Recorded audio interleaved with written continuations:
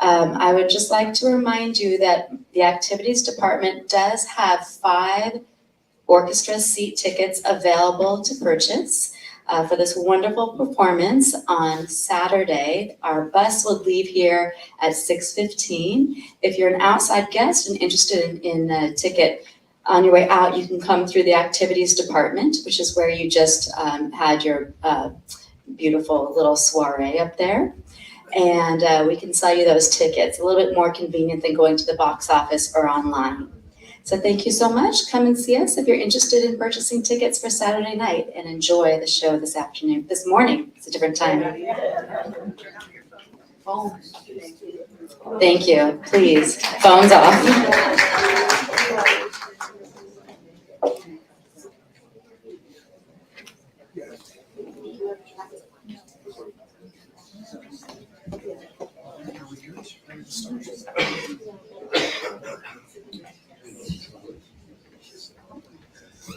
Good morning, everyone. Good morning. It's so wonderful to see all of you. I hope you've had a wonderful, restful summer. I turned 50 this summer, which was quite exciting. I know. It was really fun. AARP arrived in the mail. Very, very excited. Always forget to redeem the discount, though. I always going to the restaurants, I always forget. But it has been great. My daughter got her first car and then managed to crash it into the house. So that was very exciting. So it's been a good summer, filled with music, filled with planning for wonderful things for the orchestra, and also for just thinking about the wonderful ways that we can impact the community. So your presence here at University Village means the world to us. So I want to bring up my guests. I see Derrick, Skye, composer. Come on up, Derrick. Welcome. Give this man a hand. Welcome. Great to see you. Come on up, have a seat. We also have Kim Maselli. I think many of you know her as the director of the Pacific Festival Ballet. Welcome. Great to see you. Please join us. Our concertmaster, Alyssa Park, is our violin soloist this week, which I'm very excited. Alyssa, wonder if she is warming up. But let me tell you a little bit about the concert for this weekend. As you probably have gathered over these years, I like to draw lots of connections between the pieces, whether an overarching thematic concept or umbrella, but also a sense of dialogue between the pieces. And a lot of what's going to happen on the concert this weekend reflects that. And so I'm really happy to have the two of you here to start the conversation, because the concert starts with the music of Brahms. And one of the most famous pieces that he wrote was his set of Hungarian dances, 2 sets originally for piano. Brahms was in this world, remarkable world, where composers were, of course, deeply influenced by the high art, so to speak, of the composers like Mendelssohn, like Mozart, Schubert, Beethoven. But there was this fascination, particularly in the eastern part of Central Europe, with connecting the virtuosity of folk music, the folk music idiom, with the structure of Western classical music. And Brahms was one of these amazing composers who brought these inflections, which meant syncopated or offbeat rhythms. It meant these trill figures to kind of add a little bit of spice to the melodies. It was about kind of a rousing tempo, a certain freedom that you would get from what was then the Gypsy, now Roma, populations. And so, Kim, I just wonder, I'm going to give you a microphone here. Okay, you got it, fantastic. I wonder whether in the process of the choreography, how far back you look when you're doing classical ballet and then you have this Roma, Gypsy connection. How do you translate the structure of Western ballet with the freedom and the syncopation of the Roma gypsy style. Right. Well, it's interesting because classical ballet, its roots go so far back. And I mean, it started in the royal palaces, and it was very structured and not simple, but very specific.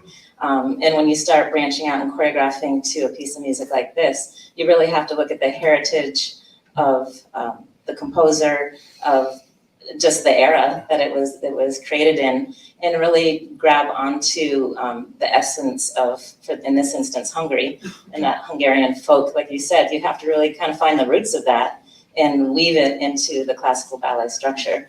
But I think for dancers, they love it because there's kind of an abandonment that you can go for that maybe in another type of ballet you can't. And I know our dancers have had a blast working on this.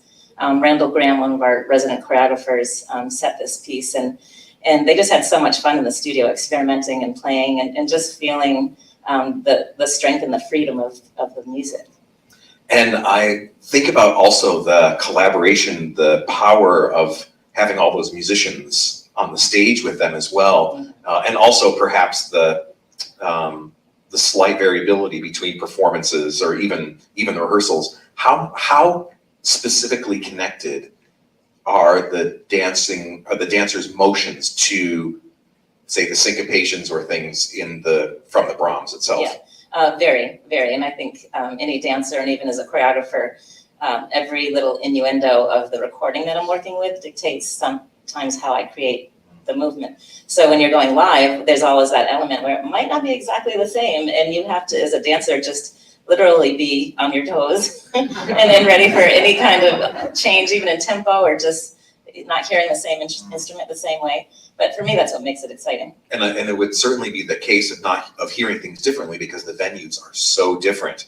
Those of you who come to Cam Rio, which I know many of you do, that the sound on the stage is so different from what we experience in Thousand Oaks. And I think as a listener as well, the sound chamber where you sit between Thousand Oaks and Cam Rio is also extremely different. But I can tell you as the conductor, I sweat a lot in my head thinking about the tempos because I don't want your people going, what?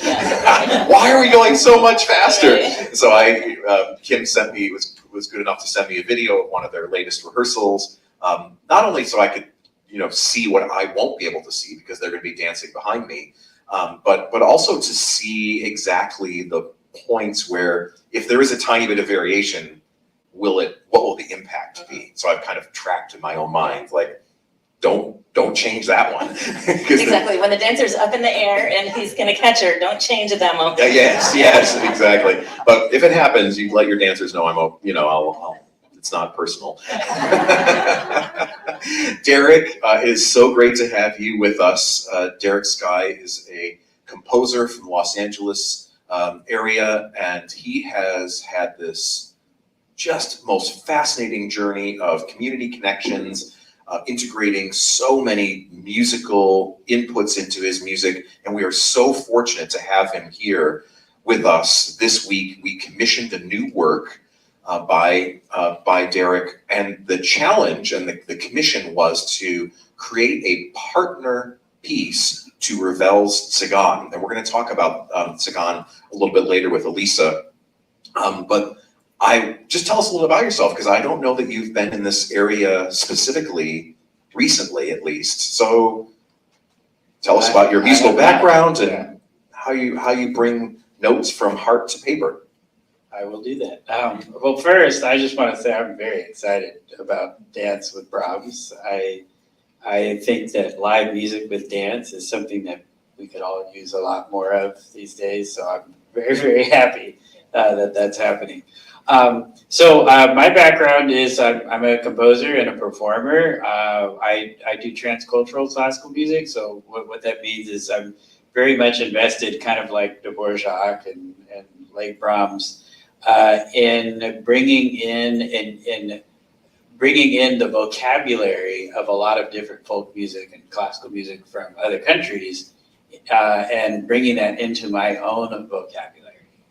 Because I just kind of have this unquenchable appetite to continuously want to bring people together in music across cultures and genres. And so I like to deploy these kinds of things, these kinds of specific musical tactics into my work. And so when you hear the violin concerto, there's going to be some interesting things that'll happen in there, but it's all part of this kind of overarching approach that I do in my work, which is just a constant appetite to make sure that no matter who comes to the concert, they feel like the music is speaking to them personally. And that's the quest I'm on.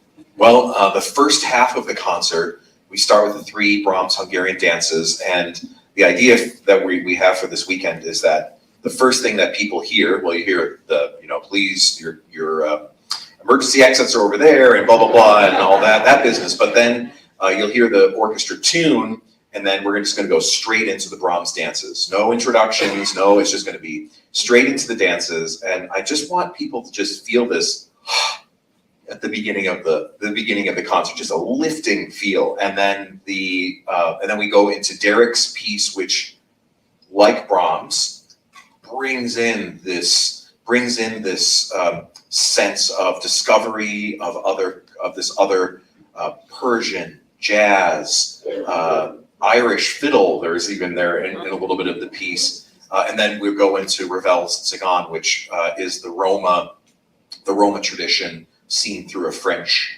lens. So, but before we go on any further, I wanted to give you a chance just to bathe in some beautiful music. We have a wonderful pianist, Brendan Zhou, and we asked him to play some Mendelssohn. This piece is called The Song Without Words, and the second half of the concert is Mendelssohn's Italian Symphony, and there are no dancers, there's no video, this is gonna be just a chance for you at the concert to hear and witness the orchestra perform this magnificent symphony by Mendelssohn. But Mendelssohn also was a tremendous composer of song and also sonatas, etc. Oh yeah, good idea, Sasha. Thank you. So let's bring out Brendan Zhou, and we'll have you play some Mendelssohn for us.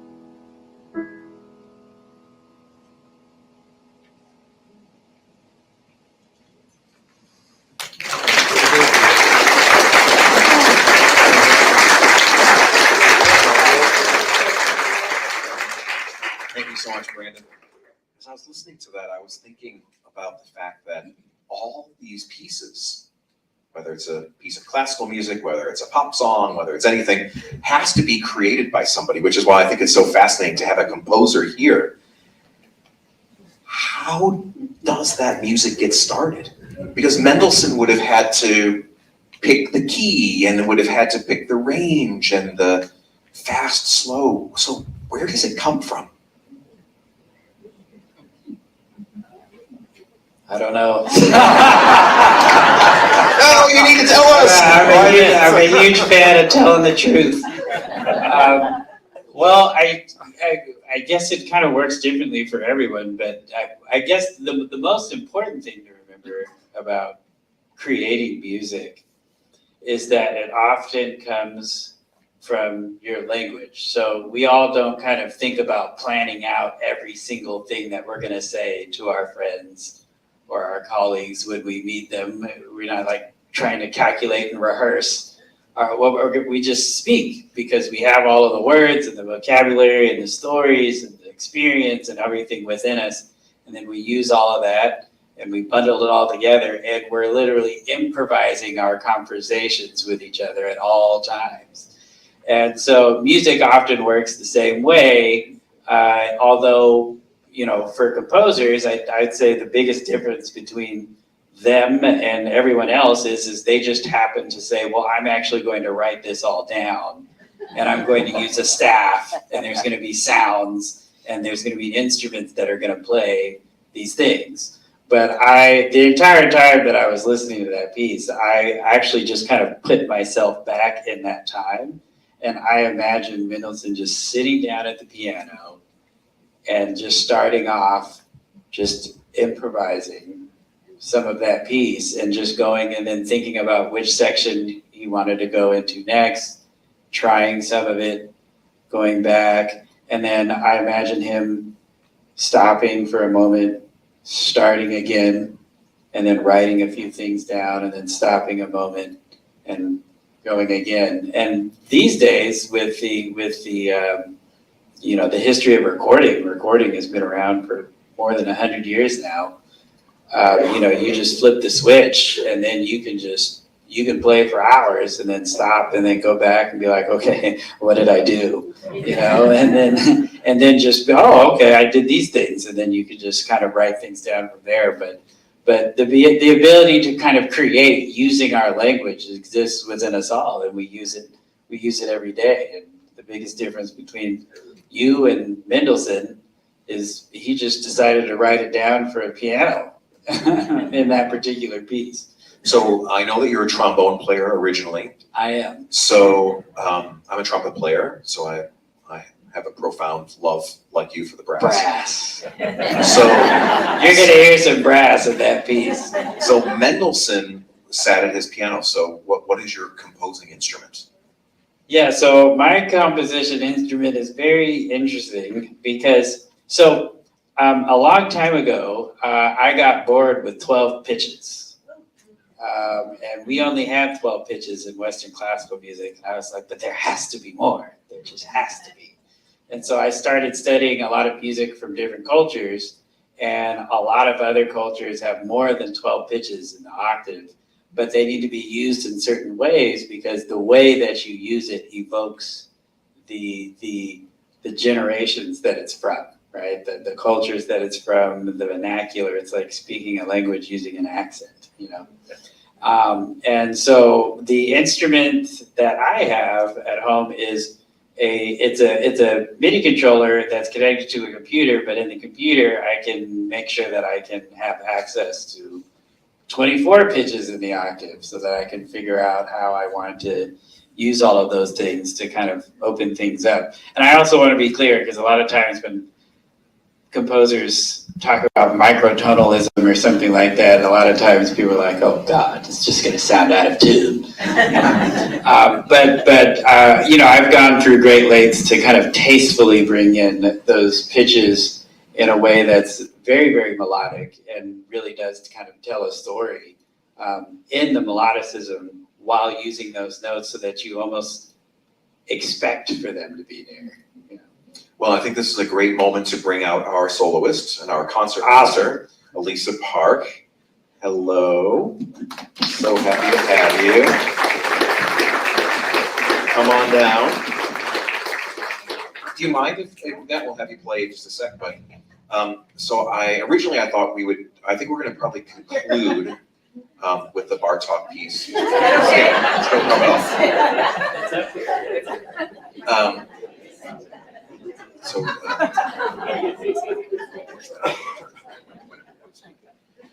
So one of the neat things about the two pieces on this program is that both pieces start with a violin cadenza, right? Unaccompanied, no orchestra involvement, but it is this amazing opportunity to have like a pulse setting moment, right? That you get to set the tone for what's happening. Both pieces have that. Maybe you could tell us a little bit about how you are planning to and what the composers ask you to do to kind of set the Roma feeling, how to set this Persian feeling, and how that, like, what you bring to that process, I suppose. I mean, traditionally in a violin concerto, there is a lengthy first movement cadenza. So these pieces are almost sort of half the length of a standard violin concerto, and they both open with basically a cadenza. I mean, it's interesting also watching piano and talking about voice. I mean, all I ever wanted to be was a dancer. And then when I hear the piano, I'm like, no, I really wanted to play the piano. So here I am with the violin. But I think what's interesting about both compositions, the Zigane Ravel and Derrick's piece, is that you're taking a very melodic instrument and trying to engage it in a way where you hear chordal structures, you hear things that are not, you think may be capable for the violin. You know, that's what's, I think the beauty of the piano is that they can play so many different roles all at the same time. And we're limited in that way, but you won't hear any of that limitation in both of these cadenzas. I think what will be difficult for me is that I love Derrick's piece so much that I won't be saving any energy in a way for the Zigane, so I will just have to take a moment and reset in the, you know, maybe take a drink of water. I don't know. I don't even know if I'm walking off stage between the two, but and then kind of reset for a completely different mode. And that's challenging, but also something that I thrive in, challenge. So. Yeah, well, that's why we asked you to do this, because we knew this was right up your alley. Maurice Ravel, like Brahms, was heavily influenced by the flow of different cultural musical expressions coming into France. For Brahms, it was Germany, Austria area, and he came across a violinist who he heard play, and then Ravel just somehow feverishly worked to capture this incredible Roma feel. Maybe could you give us a little bit of the introduction of Ravel's Zigane? So this is hearkening and representing the Roma gypsy sound worlds in the beginning of his Zigane.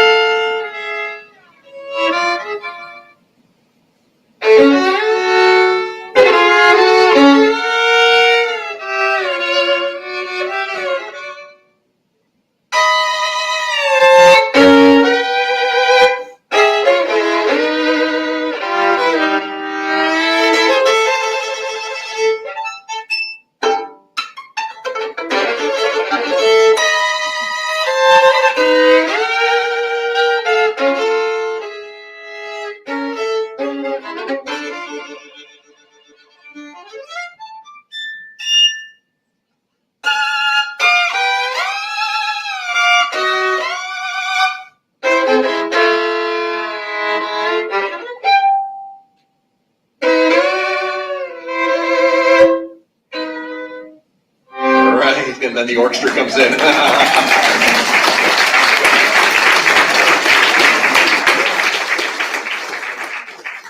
It really is a special thing, right? When you think about when we reflect on the fact that the composers of Beethoven's era, Mozart's, they saved all of that juice for about 10 minutes into a piece. And so you had, as you're going through this compositional process, you had not originally started the work with a cadenza.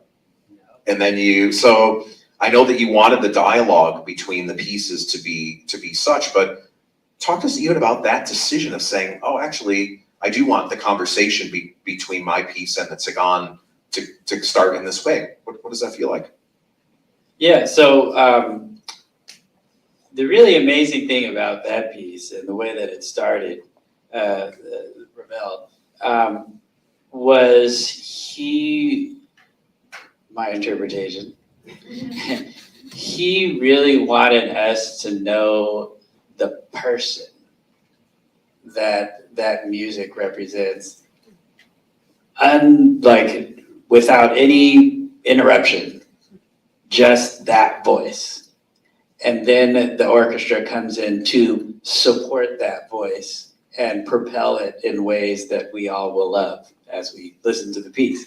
And there was something about that, because there's nothing else in the way that you get to really have the identity shaped by the music without any interruption. The focus is incredible.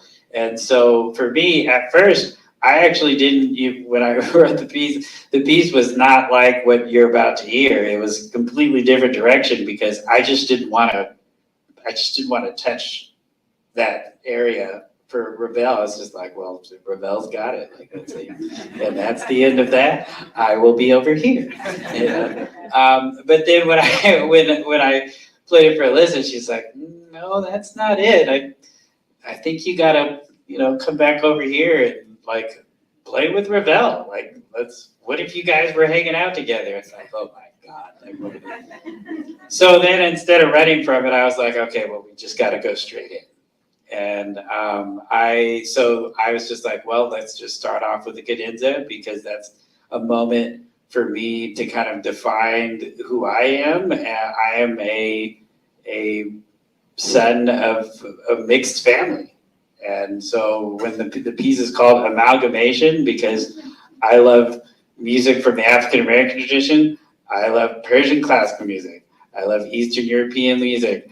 I'm 30% British Irish, so yeah, there's going to be some jigs in there, and I just can't help but say, well, let me just take a cue from Ravel and take a moment at the beginning of the piece to kind of define that sonically, and then we go into all the wild stuff after that. It's virtuosic, not wild, right? But in its own, wild. Whatever you guys want to say. Yeah. But so I was thinking that Ravel was inspired by a particular violinist. Actually, Brahms was inspired by a particular violinist when writing his violin concerto. You had an inspiration as well. Can you tell us a little bit about what she brought to the table as well? Yeah, so my teacher, her name is Piraye Purofar, and she's a Persian musician, Persian classical music musician. She plays tar and sitar. And to me, she's just one of the greatest Persian classical musicians of all time, in my eyes. And she, many years ago, again, as I was telling you guys before, that I was looking for other ways to expand my musical vocabulary beyond the 12 pitches and all of these rhythms. And you hear other people's music and you hear the vocabulary that it has, but most of the music in the world is by oral tradition. So it's not written down. Having written music is a very small part of music throughout the world. Everybody else is they just play. No one's there to write anything, they're just going to play. And so then in order to learn that music, you have to be able to sit down with somebody and say, well, what's going on here, right? And she was so graceful and is so graceful to say, well, here, you want to learn this, come and I will teach you. And so I've been studying Persian classical music along with West African music since like 2010 for Persian music and 2003 for African music. And so what's ended up emerging is this kind of Afro-Persian situation in the musical vocabulary that I'm bringing forth in the piece and a lot of my works. But I just find it so special because I think that we are lucky in dance and music and art that when we want to get different traditions and cultures to work together artistically, it just doesn't seem to be as hard for us as it is for the UN. So, but I think what makes it so hopeful, and I think the medicine that we need is that we can do it through the art to help show the UN, like, we can work together here. In fact, listen to this, or watch this, or look at this. And we're constantly, as artists, creating this example of how we can actually make music together, be together, dance together. All of these amazing foods that have come together in the past century to make just delicious meals. It's because it's lunchtime coming. But I think that's something that just cannot be understated. We're all doing our jobs by doing this, and hopefully, as we continue to keep showing these examples of this kind of coming together of cultures, that that shows them that it's possible. I have one little thing. I'm wondering if my colleagues will entertain a tiny little demo. So, because he's been talking about the difference of the number of steps in an octave, 12 versus 24. Brandon, would you mind just playing a half scale on G? Just play G, A, B, C, D, just a half scale.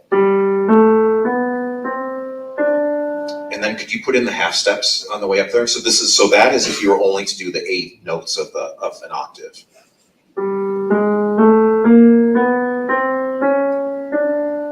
Then I wonder if you could do that same thing about half speed, and could you play the the quarter steps in between those as we go up? Is that possible? To kind of fill in the gaps? I'm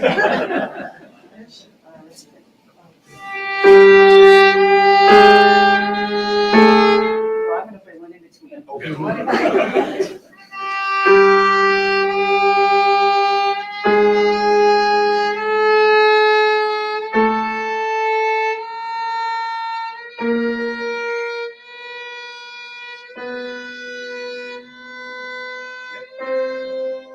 So suddenly there's this whole nother, so this is what he's talking about, having the 24 steps in between the two octaves. So there is this, actually there's a lot of space between the notes, A ton of space. right? Even, I mean, when you think about Sorry, I was it, just can you saying just give there's us a ton of G space. and G sharp?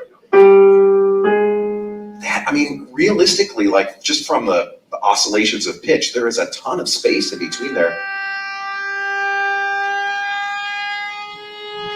There you go. That's a lot. It's just huge. like four steps in there. Really. Yeah. It's huge, and I think Derrick and I did a little interview online. We can watch it on our website to talk about this piece. But we were talking about how Western classical music is one of the few kind of, we'll call it indigenous languages, musical languages, that doesn't use these extra steps between, Yes. right? Well- India, I mean, Middle East, it's, However, there's always a however. Really, the biggest reason why is because of that instrument right there. When keyboard instruments were invented, the ability to play chords with just one person sitting there was just phenomenal. And so it's, how could we ever give it up? And we never will, right? But there's a lot of times in orchestral music when there's no piano involved, where there's like the leading tone, right? Like the seventh, and depending on which way it needs to go, whether it's actually going up to the octave or back down to the sixth, you can hear the orchestral members making adjustments. And so Western music does kind of have these things, but it's always in service to where it's going, and it doesn't always like land on it and just kind of sit there with it. But in Western classical music, we're using microtonalism all the time to make adjustments. I mean, in string quartet, that happens all the time when people are adjusting fourths and fifths for absolute perfection of the interval, where if they were to do that with the piano for that split second, it would actually stand out of tune. But because it goes by super fast, everyone just, oh, yeah, it's great. so I wonder if you could take us a little bit into the cadenza sound world of amalgamation.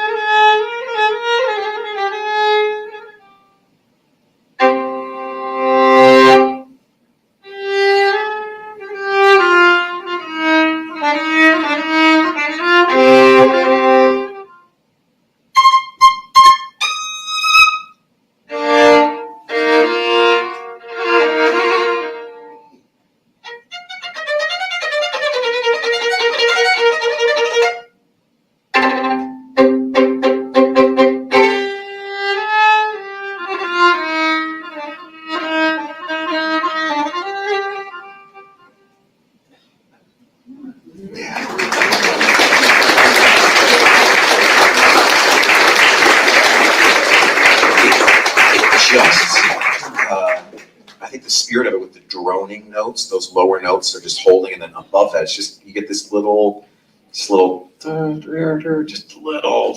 dissonance, but I think it's just, it's so special. So we're really excited. I think it's just going to be, remarkable to hear these pieces speaking to each other, because in so many ways that folk quality is so similar, but there's the dialect is different, isn't it? I think that's the interesting part for me. Absolutely, but that's the amazing thing about music history is when you trace the Roma sound, you can actually trace it all the way back to India. There's a wonderful documentary that shows and talks to a bunch of people. It's amazing. But anyway, go ahead. Do you remember what the documentary is? I can't remember what it's called. I'm gonna look it up, and I'll make sure for you guys. Kim? Oh yeah, please go I ahead. was just gonna make a quick comment about, you were mentioning like having a composer here, and as a performer, it's incredible to be able to actually speak to a composer. I mean, my whole life is about interpreting what's on the page. You kind of look at tradition, and then when you meet a composer, you realize, oh, the composers from the past were probably just as varied as the composers today. So some people are married to the page, some people are looking for you to interpret it, some people are not happy if you interpret it and they want exactly what's written. So it's like quite a luxury to be able to work with Derrick, and he's been, as you've seen today, all he cares about is that there is a connection to you, to the music, to the performers, to the musicians, and I think that's very special, so I just want to say that. Yay. I'm thinking about the joy it is for us as New West Symphony to present you in this role as soloists, not only as soloist for Ravel, but bringing a piece into the world's amalgamation. Do you have a feeling about standing on stage in this capacity with your friends? Because not only do you play at New West Symphony together, but you have other gigs, the studios that you mentioned, other orchestras. So what's that feel? It's quite exciting for me. I mean, I don't know how many of you know kind of my history, but so I started working or performing, I should say, at 13. So for a couple decades, I would travel and play soloists with different orchestras around the world. And I took a bit of a turn, and I am now I've been in a string quartet for about 15 years. This is my 9th season with New West. And I've been a little bit reluctant to come back to kind of the soloist role. Over the years, the orchestra has asked for me to play something with them. But especially over the last decade, I've realized I feel like my purpose as a musician is to bring new works to light. Whether they're liked or not, I think it's important to be a voice for music that's happening today. So that was kind of the experiment, to bring in somebody I love like Derrick, and then marry it with Ravel. So it's so you have a little bit of old and new. And I think Derrick really shows that in order to bring in something new, you do have to have a reverence and an appreciation for things that came before you. And so I think he really shows that in his music. And then as far as the role in front of the orchestra, it'll be fun. It'll be fun to be with my colleagues. And I'm excited about the weekend. Yeah, we're super excited as well. I was thinking about this whole idea of how different influences come in. So where is the ballet world in terms of its folding in other dance choreographic elements now, would you say? Is it always looking back? Is it gently sprinkling things in? Is it overtly bringing things in? Yeah, I think it's definitely a marriage of both. There's such a respect for the foundation of classical ballet that's always there. But I think in this generation more than ever, choreographers are looking for ways to be creative and bring a different sense of movement. I've had the good fortune with Pacific Festival Ballet of working with a composer, Eric Alleman. He's our resident composer. And in the past 15 years, we've created 3 full-length ballets. And that's been a remarkable experience of just taking nothing, I mean, just going from a blank canvas to creating a 90-minute piece of art. And I remember the first time we got together in a session, Eric kind of looked to me and was like, okay, where do we start? And I was like, what do you mean, where do we start? I'm used to you handing me music and I choreograph. And just that process of working together and really finding a way, it's storytelling, really. And it's just finding a different way to tell a story and human emotion, especially in story ballets. You're telling the emotional story, and that journey is through the music. And so it's really fascinating to have to really unravel it before you can build it back up. Well, we're so proud of the collaboration with Pacific Festival Ballet. 30 years ago this month, the Cavalier Theater at Thousand Oaks Performing Arts Center, Bank of America Performing Arts Center, was inaugurated. And 5 Star Theatricals gave the first performance as their music band. And these 3 resident companies, 5 Star Theatricals, Pacific Festival Ballet, and New West Symphony, have been the anchors of the continuing growth of cultural experiences in Thousand Oaks. And we're all celebrating this amazing arrival of this 30th season. And on the concerts this weekend, we have the 3 companies coming together. So thrilled that you're just going to launch us into the concert with the Brahms. And then at the end of the concert, I have been thinking a lot about one particular challenge that you have when you're advocating for the New West Symphony. And that is, you say to your friend, hey, Michael, with the orchestra's doing this, the orchestra's presenting this kind of thing, and people say, yeah, I'm glad you like it, but I don't really, somehow classical music, symphonic music doesn't resonate with me. And I've been thinking about that for years and years and years. And when I worked in Asia a number of years ago in Taiwan, and that orchestra had a leader who had a requirement. You designed the program, you could do Prokofiev or Mozart or new piece, whatever it was, but he said to me, at the end, you must do 2 Taiwanese folk songs. And the audience sang. I mean, it was boisterous. It was really amazing. And I have always been thinking about this because you are left, as much as you might be inspired by the performance, you are left still as the observer, right? And I've been thinking about this. How do we actually wrap you into this experience as well? So what we're going to try this weekend is something for you and us. So 5 Star Theatricals, our other resident company, has provided a wonderful singer, and we are going to, in the spirit of anniversaries, mark the 60th anniversary of the arrival of the Beatles in the United States. In 1964, the Beatles landed at JFK Airport, and musical history was changed. So we are going to, at the end of the concert, we'll have gone through all these amazing pieces. We're going to have all these experiences with Pacific Festival Ballet and our partnership with them. You're going to hear the orchestra play Mendelssohn Italian Symphony, vibrant, incredible feel of the Tuscany and the farmers markets and all those wonderful things that he somehow conjures in that piece. And then we're going to stop, and then we're going to sing together. Let It Be, and I Want to Hold Your Hand. I'm just curious. I'm curious what it will feel like for the audience to have a chance to just sing it out. And so we're going to try that, and we're just going to have this hopefully wonderful cathartic experience together. Next program in November is a program that's based on an American journey. And so we're going to have some spirituals. We're inviting a pianist named Laura Downs. She's going to play some Scott Joplin rags. There's one of the original African-American Broadway presentations was called Shuffle Along from the 1920s. We've excerpted a little piece for piano. We've adapted it for piano and orchestra. And then she's going to play actually a new piece, which actually won a Grammy for Best Orchestral contemporary composition by a woman named Jessie Montgomery for piano and strings called Round.